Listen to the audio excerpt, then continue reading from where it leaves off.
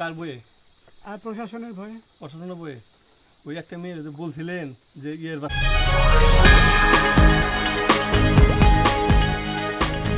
শুক্রবার রাতে সিলেটের কানাইঘাটের সীমান্ত এলাকা থেকে আপিল বিভাগের সাবেক এইচ বিচারপতিকে আটক করে বিজিবি। সারা রাত বিজিবির তত্ত্বাবধানে ছিলেন তিনি। আওয়ামী লীগ সরকারের সময় আপত্তিকর নানা মন্তব্য করে আলোচনায় ছিলেন শামসুদ্দিন চৌধুরী মানিক।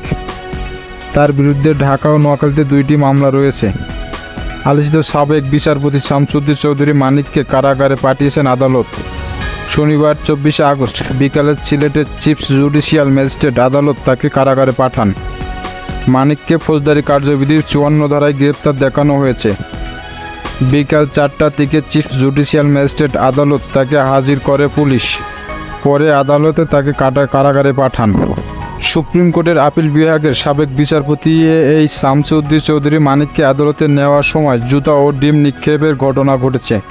শনিবার 24 আগস্ট বিকাল 4টা 10 সিলেট জুডিশিয়াল ম্যাজিস্ট্রেট 1 আলমগীর হোসেনের আদালতে তাকে তোলার পথে এই ঘটনা ঘটে।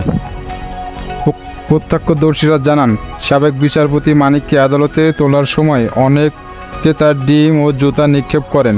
এই সময় কয়েকজন হামলার চেষ্টাও চালান। পরে কঠোর নিরাপত্তা দিয়ে তাকে আদালতে নিয়ে যায় পুলিশ।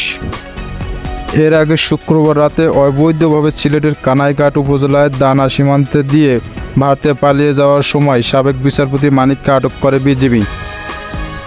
পরে শনিবার ভোরের দিকে সিলেটের কানাইঘাট দানা সীমান্তে বিজিবি ক্যাম্প সদস্যরা তাকে কানাইঘাট থানা হস্তান্তর করেন। তার বিরুদ্ধে মামলা হয়েছে বলে জানিয়েছে পুলিশ। কার বইয়ে? আর প্রশাসনের ভয়ে। প্রশাসনের বইয়ে? ওই একটা মেয়ে যে বলছিলেন যে ইয়ের